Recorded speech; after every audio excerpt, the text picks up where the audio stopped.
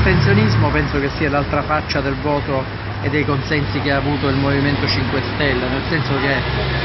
da parte dei cittadini delusa dalla politica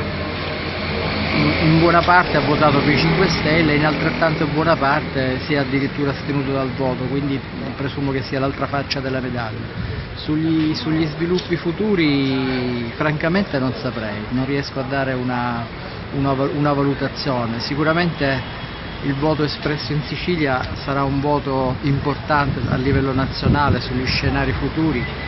e quindi prevedo che anche a livello nazionale l'ago si sposterà verso il centrodestra, quindi avere un governo nazionale coerente e parallelo a quello regionale potrebbe essere sicuramente un fattore di crescita e di sviluppo, poi dipende sempre dalle persone e dai posti che occupano la possibilità di sviluppare e di crescere.